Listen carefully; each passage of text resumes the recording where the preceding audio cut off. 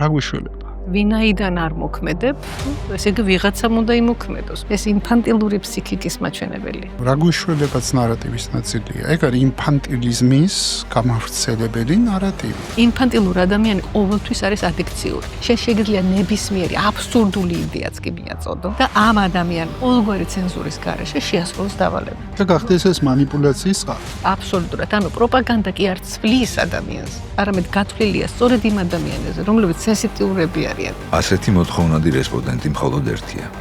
დეა ყოლბაია, ექიმი პათოლოგანატომი და მეცნიერების პოპულარიზატორი, რომელმაც ცხოვრება მიუძღვნა კითხვას: როდის იწყება ადამიანი?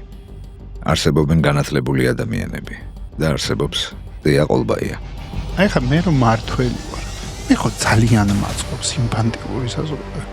ინფანტილიზმი არის ის ძირითადი ბერკეტი, რითაც ყველა ტირანი მართავს საზოგადოებას. თავისუფალი ადამიანის მართვა არ არის ადვილი. თუ შენ ხარ წიფე აზროვნების, ბუნებრივია შენი მართვა შეუძლებელი. როგორ განმავითაროთ საზოგადოება? ყველა ადამიანი, რომელიც манипуლირებს შენი ემოციებით და შიშებით, ცდილობს შენს დამორჩილებას. მთელი ინფანტილური აზროვნება ემსახურება განსხვავებებზე აქცენტირებას. ნარცისს აქვს დაუოკებელი სურვილი ძალაუფლების და თავის წარმოჩენის. ამიტომ ის იქმნის ამალას, ეს იქნება პარტია, ეს იქნება ბანდა, ეს იქნება დაჯგუფება, რომლითაც ის იქმნის ილუზიას, რომ არის საჭირო საზოგადოებისთვის. აი ასე მხუხარეტაშის ფონზე იმარხება დემოკრატიაო. კაცმანის სხვა პოდკასტს წარმოგიდგენთ დეველოპერული კომპანია Homeri.